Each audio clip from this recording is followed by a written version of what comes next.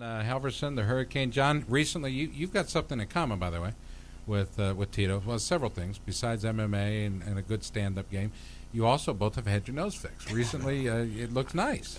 Tito, you had your nose fixed. Always looked nice. It's just a factor of breathing. Yeah. My last camp, I was getting ready for my cheetah fight, and I'm sitting here hyperventilating after my 4-mile run. I'm like, man, what's going on? Am I getting older? I mean, I'm not in shape. I mean, I was guessing myself, but it came to find out that I had a deviated septum from when I fought Vitor Belfort. I've got a broken nose in the first round, about a minute and a half into the round, and it never really healed 100%. And breathing is beautiful now. Let me tell you, I could breathe like I never breathed before. So. Last night you were telling us that there was nuts and bolts and fake bones. No, you're making stuff up now. Come on. It was bad. No, they went in, they shaved it down. I could breathe now. You all right? Yeah. Let me hear it go.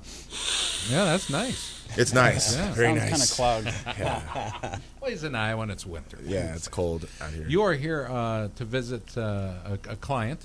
Yes. Okay. Would you like to go ahead and say the name? Yeah, actually, Joel from Max Muscle. Yeah. So Yes. that's It'll be exciting. I haven't been out here in about 7 years.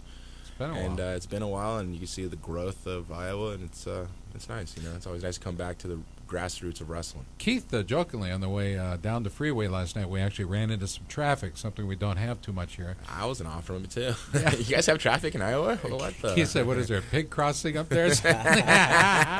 Thanks, Keith. No, it's not that bad. No, that's cool. I'm glad you're here, and I know Joel is as well. So what time are you going to be there? From 12 p.m. until 4 p.m. Okay. Most likely I'll stay a lot later so everybody gets their autograph and everybody gets their picture and everybody gets their question answered. As I always do. I'm always a guy to be to polite to all my fans and give them what they want. USO, you and I have both done a USO tour recently. You stopped at Walter Reed as well. This can do several things for a person. What did the initial visit to Walter Reed at Bethesda, what did your USO trip to the Middle East do for you? What it did for me is being very thankful for a lot of men and women who are over there away from their families and fighting for our rights here in the United States and making sure things are happening the right way.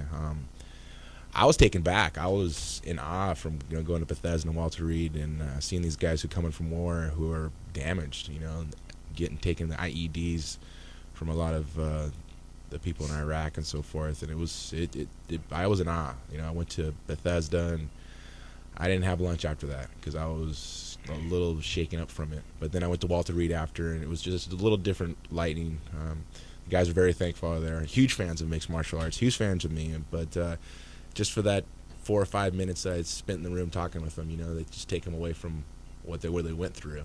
But when I went to Kuwait, went to Iraq, went to Turkey, we ended up stopping. I've been there twice last year, and we ended up stopping like 19 places the first week I went there, and it was cool. Just for that couple minutes, I sit all the guys down, probably about anywhere from 500 to 1,000 soldiers at one place. Just give them a little bit of home for a little bit. That's cool. And it's cool, man. You just see in some of the kids' eyes, you see the fear in some of the younger guys, and see some of the grace and studliness from some of the men and women that walk around there. And see girls walking around with AK-47s and just it's really, really. It's pretty hot, actually. Yeah, that's pretty cool. Women with weapons. Yeah, it's pretty cool. But you sit there and you talk to the guys, and some of the guys are like, "I don't want to come home, man. We're making money here. I don't want to go home. I have to go get a real job." Then you got the other guys going, "Man, I want to go home. I miss my wife. I miss my kids." And you got to be taken to these guys are doing a huge sacrifice for us. So. And people see on my MySpace, and I say I'm thankful. I'm thankful for all the men and women who fight for our rights here in the United States. I was thankful for USO to bring me out. I know I had an impact in a lot of soldiers' lives when I went there because they got a chance to get in a little bit of home for that hour, 2 hours where I talked to them, sat them down, we had conversations, and just for a little bit they got out of reality of being in a war because it's war. There's people dying, people losing limbs, people huge sacrifice they're doing for our country. I just want to go on record as saying that not only we thank you for doing that because we value their service, but we don't realize how much they miss us by being over there. Yeah, the war's been going on, for 7.5 years now? And something like that. When did Bush become president? Yeah, right. Yep, about 8 years. About 8 years. Yeah, it's just a fact. A lot of these guys are sacrificing for us, and we go by our normal everyday lives of 9 to 5 jobs, and don't realize that people are losing their lives for us to have our freedom. And it's thankful, and I'm very thankful. And I've always fought for the troops. So I've always, gave them their recognition on everything. And it's kind of funny how all of a sudden UFC's doing it now too.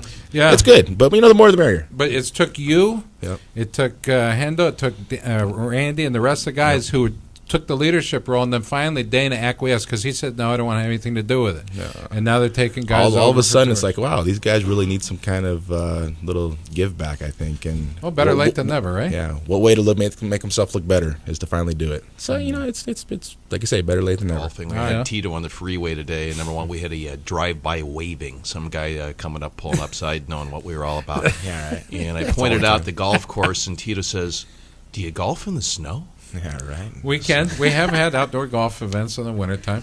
Tito, good talking with you. I'm glad you took the time to join us live. Appreciate that. Next fight for you, maybe around July. What company?